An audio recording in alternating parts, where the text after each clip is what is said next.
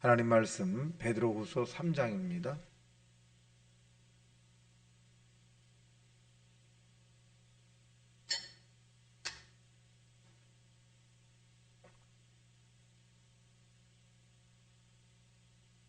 우리 합독합니다. 시작. 사랑하는 자들아, 내가 이제 이 두째 편지를 너희에게 쓰노니 이 두 편지로 너희의 진실한 마음을 일깨워 생각나게 하여 그 거룩한 선지자들이 예언한 말씀과 주되신 주께서 너희의 사도들로 말미암아 명하신 것을 기억하게 하려 하노라. 먼저 이것을 알지니 말세에 조롱하는 자들이 와서 자기의 정욕을 따라 행하며 조롱하며 이르되 주께서 강림하신다는 약속이 어디 있느냐.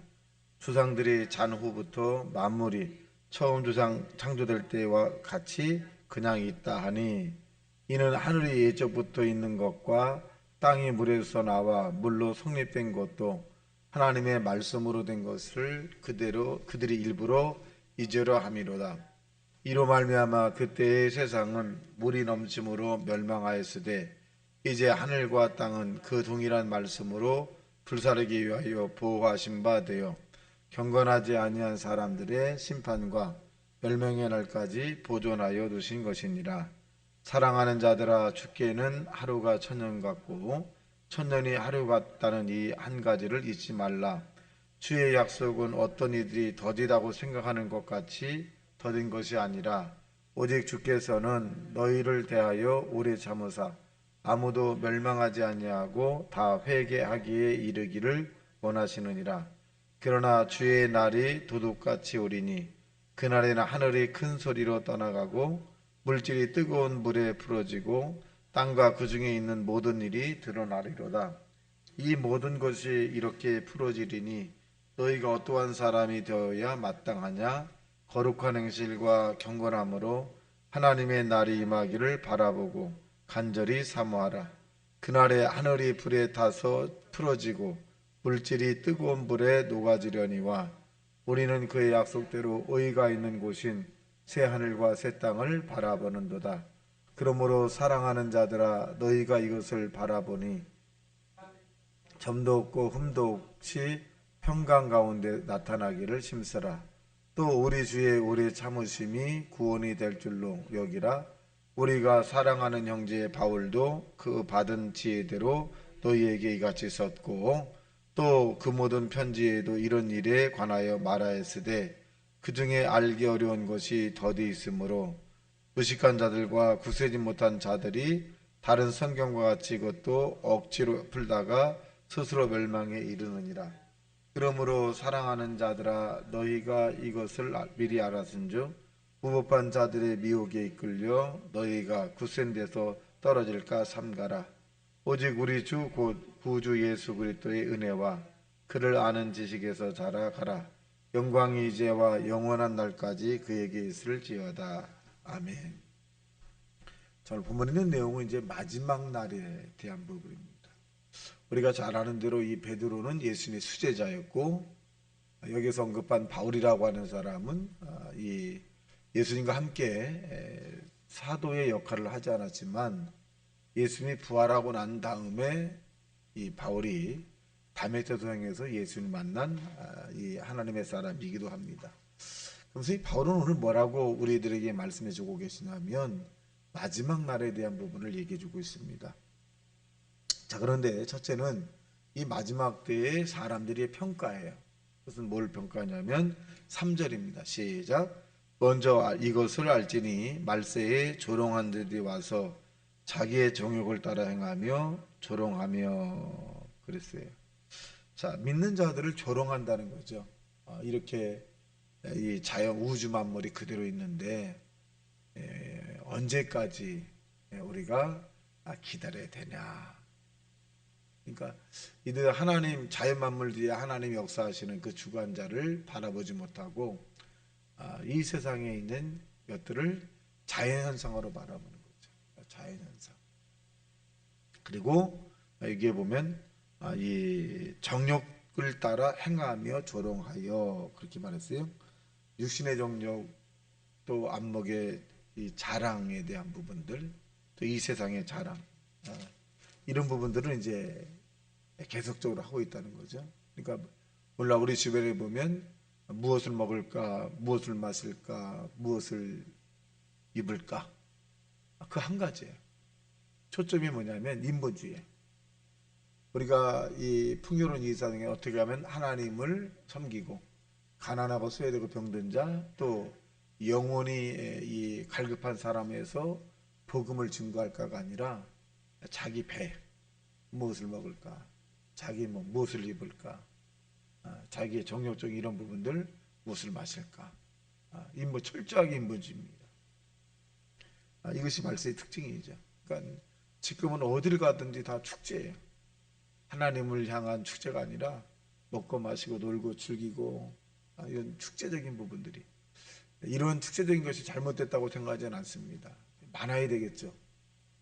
그리고 이 많은 것 가운데 우리는 하나님을 섬기고 하나님이 주신 아름다운 이 모든 것들을 우리가 누려야 되겠죠. 근데 그 축제 가운데 하나님의 임재를, 존재를 인정하지 않기 때문에 문제예요. 이 세상의 것을 드러내고 또 숭배하는 이런 일들, 그러니까 하나님의 존재, 하나님의 살아계심과 하나님의 역사하심이 감춰진 거죠. 그래서 이 베드로는 자기의 정욕을 따라 행하며 조롱한다. 하나님 믿는 사람을 조롱하죠. 그러니까 주일날만 되면 하나님을 섬기는 날이 돼야 되는데 그냥 놀고 마시고 먹고 이런 것으로 아주 충만하죠. 충만합니다. 그런데 이제 베드로가 그렇게 이제 합니다. 5절 시작. 이는 하늘이 예적부터 있는 것과 땅이 물에서 나와 물로 속립된 것도 하나님의 말씀으로 된 것을 그들이 일부러 잊으려 함이로다. 하나님이 이 세상의 만물을 창조했다. 양심적인 건 알죠. 양심적으로 알고 있는데 잊으란다. 근데 하나님이 이 세상을 어떻게 두 번째 심판할 것이냐. 7절입니다. 시작. 이제 하늘과 땅은 그 동일한 말씀으로 불사르기 위하여 보호하신 바 되어 경건하지 않은 사람들의 심판과 멸망의 날까지 보존하여 두신 것입니다. 또 12절 볼까요? 시작. 하나님의 날이 임하기를 바라보고 간절히 사모하라. 그날에 하늘이 불에 타서 풀어지고 물질이 뜨거운 불에 녹아지려니와. 그러니까 이 성경학자들은, 이 학자들은 뭐라고 얘기해? 말세에 대한 부분들을, 첫째는 물의 심판을 했잖아요. 노아 때 홍수의 심판으로 40주야를 이제 하나님께서 이 지구상에다가 이제 물을 쏟아붓어요. 그래서 이 살아남은 사람, 즉 이 짐승들이 많지가 않았죠. 노아라고 하는 특정한 사람에게만 하나님 허락을 했습니다. 그럼 두 번째의 심판은 어떻게 할 거냐? 물론 반드시 이 지구상은 심판을 받게 되어 있습니다. 왜? 사람이 심판을 받아야 되기 때문에 그래요. 성경은 사람이 한번 태어난 것은 정한이지요. 그 다음에 반드시 선악간의 하나님 앞에 심판을 받아야 합니다. 근데 이 심판을 어떻게 받을 것이냐? 첫째는 개인적인 종말이에요. 개인적으로 저와 여러분이 세상을 떠날 때 하나님 앞에 다 서야 되죠. 그래서 우리의 믿음의 행위에 따라서 상급을 받게 됩니다. 믿는 자는. 믿지 않은 자는 심판을 받게 됩니다. 두 번째는 지구상의 종말을 얘기합니다. 그럼 이 지구상의 종말을 어떻게 할 거냐? 오늘 본문에 있는 것처럼 불에 녹아지려니와. 그래서 지금 우리가 39도, 38도만 돼도 아주 숨이 헉헉거리죠. 42도, 43도만 되면 더 헉헉거려요. 근데 이 지구상에 이제 하나님의 심판이 뭐 40도, 50도 살 수가 없죠.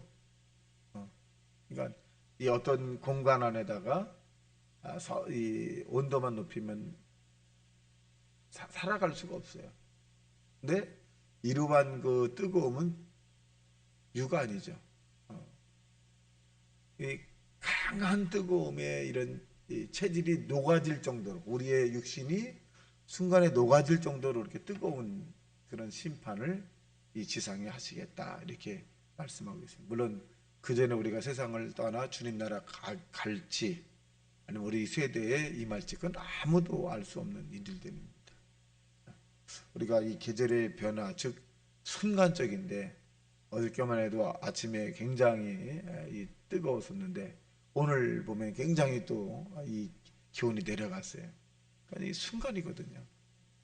그래서 두 번째는 하나님의 심판은 불의 노가지 같이 아주 뜨거움이 임하게 된다. 이 39도 40도는 유도 아니로 아주 그냥 사람의 체질이 녹아질 정도로 그냥 흐물흐물할 정도 그런 이 뜨거움이 이제 임하게 된다. 그렇게 말씀합니다. 그래서 우리가 어떻게 되느냐? 11절 시작. 이 모든 것이 이렇게 풀어지리니 너희가 어떠한 사람이 되어야 마땅하냐? 거룩한 행실과 경건함으로. 자, 이 거룩한 행실이라고 하는 얘기는 구별된 삶을 살아라. 구별된 세상의 사람들과는 구별되죠. 물론 저와 얘는 구별됩니다. 세상의 사람들이 잘 때 우리는 새벽 예배라고 하는 것을 드리고 세상의 사람들이 주일날 놀고 먹고 마시고 할 때 저와 여러분은 이제 예배를 주일날 예배를 드리게 되죠.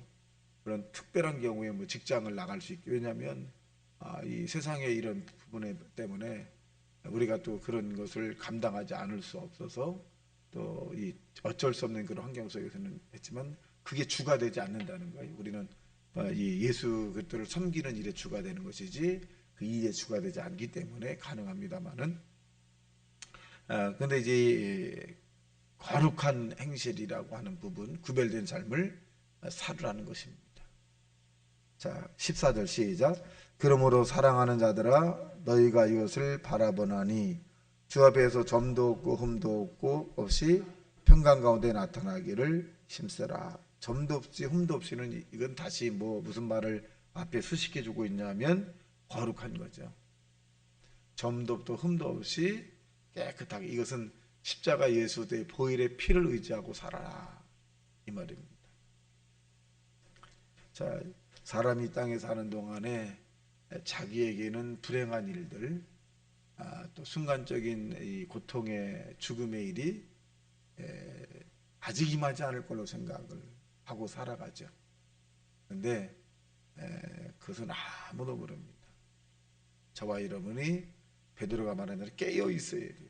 어느 순간에 어느 순간에 주님을 만날 수 있습니다. 자, 보겠습니다. 15절 시작. 또 우리 주의 오래 참으심이 구원이 될 줄로 여기라. 우리가 사랑하는 형제 바울도 그 받은 제도로 너희에게 이와 같이 썼고. 바울이 이제 우리에게 한 것은 자기는 두려움과 떨림으로 구원의 길을 가겠다 그래. 두렵고 떨림으로. 바울이 믿음이 없어서 두렵고 떨림으로 그런 신앙생활을 했을까요? 하나님이 나를 버리면 어떡하실까? 하나님이 나를 구원하지 않을까? 이런 마음으로 신앙생활을 했다는 거예요. 펑퍼짐한 생각이 아니라 나 같은 사람이 구원받겠지 뭐 이렇게 펑퍼짐한 생각이 아닙니다. 내가 구원 못 받으면 어떡할까? 내가 정신을 바짝 차려야지. 내가 하나님 앞에 버림을 당하면 어떡할까? 이런 두렵고 떨림을 가지고 신앙생활 하다 보니까 모든 것이 조심스럽고 모든 것이 인본이 아니라 신본으로 살았다는 거예요. 여러분 우리의 최종 목표는 누누이 말씀드리지만 천국 가는 거예요. 이 세상에 아무리 많은 소유를 하고 많은 사람의 인정과 존경을 받고 또 많은 사람을 통해서 이 인정을 받는 그런 훌륭한 사람이라 할지라도 하나님의 선택을 받지 못하면 가장 불행한 사람입니다. 가장 불행한 사람. 너무너무 불행한 사람. 그러니까 이 베드로가 또 예수님의 제자들이 왜 일생 이세상을 살아가는 동안에 주님의 일을 하다가 다 순교했을까? 예수님의 제자들이 한 사람도 남김없이 다 순교해버렸어요. 왜 그런 순교를 했을까? 아니 부활하지 않은 주님이 부활했다고 거짓말하면서까지 순교하겠어요? 그들은 재산을 모을 줄 몰라서 재산을 모으지 않고 다 뿌리고 순교했을까요? 베드로가 말씀을 증거하면 병든 자가 벌떡 일어나고 3,000명 4,000명이 몰려오고 그런데 베드로가 물질을 모을 줄 몰라서 못 모았을까요? 바울이 그 자기가 가진 손수건을 얹기만 해도 병이 났고 그 병 고침 받은 사람이 바울에게 얼마나 잘했을까요? 근데 왜 바울은 순교했을까? 베드로는 왜 순교했을까? 베드로는 이렇게 말하잖아요. 내가 하나님 나라에 주님 만나는 것이 너무 부끄럽다. 왜 그럴까요? 예수를 3번이나 부인했잖아요. 주님이라고 하는 분이 살아계시기 때문에 그래요. 예수님이라고 하는 우리 믿음의 대상이 살아계시기 때문에 그렇습니다. 그래서 그 예수님의 제자들은 주님 만날 때 부끄러움을 당하지 않아야 되겠다. 네가 나를 사랑한다고 하면서 육신의 정욕과 안목의 이 세상의 자랑을 하고 살고 그 이중적인 그런 삶을 살지 않겠다는 것입니다. 저와 여러분이 두렵고 떨림으로 내가 낙오자가 되지 말아야 되겠다. 내가 주님 나라에서 상급을 받아야 되겠다. 이 땅에서 우리가 좀 어려움이 있고 힘듦이 있고 좀 불편함이 있다 할지라도 주님을 섬기는 일에 저와 여러분이 정말 최선을 다하는 그런 모습으로 살아가셔야 합니다. 자, 그래서 17절 시작. 그러므로 사랑하는 자들아 너희가 이것을 미리 알았은즉 모험한 자들의 미혹에 끌려 너희가 굳센 데서 떨어질까 삼가라. 미리 알았잖아. 우리가 미리. 지금 예수를 믿지 않는 사람도 미리 알았고 우리가 신앙생활을 좀 늦기 시작하는 나이 드신 분들이 이구동성을 하는 말이 있어요. 내가 왜 진작 예수를 믿지 못했을까? 그들 나이가 80, 70 넘은 분들이 왜 그런 고백을 할까? 왜 그런 고백을 할까? 나에게. 내가 진작 미리 알았어야 되는데. 그러면 내가 정말 주님을 더 많이 섬기고 더 건강한 모습으로 더 주님을 더 봉사했을 텐데. 내가 더 하나님 앞에 찬양도 말하고 성경도 많이 더 듣고 읽었을 텐데. 이제 나이가 80 넘으니까 눈도 흐리고 봉사도 할 수 없는 그런 육체가 가졌고 주님 앞에 더 심고 더 드려야 되는데 그런 것도 한계가 있고 너무 안타깝다는 거예요. 그럼 그들이 가식적으로 그렇게 했을까요? 아닙니다. 뭔가 주님의 체험이 있는 거예요. 체험. 성령의 뭔가 체험이 있기 때문에 그런 아쉬움에 대한 자신을 다독거리는 거잖아요. 지금이라 저와 여러분은 정신을 바짝 차리고 시간 세월을 아껴야 돼. 여기 보면 천년이 하루 같고 하루가 천년 같다라고 하는 표현을 하고 있는데 시간이 달라요. 우리가 계산하는 시간과 하나님의 계산하는 시간이 달라요. 우리는 긴 것 같지만 하늘나라에 볼 때는 1시간일 수도 있습니다. 우리는 하루하루에 최선을 다하고 정말 주님을 최선을 다해 섬기는 저와 여러분 되시기를 예수님 이름으로 축원합니다. 다 같이 말씀 생각하며 통성 기도합니다. 주여 주여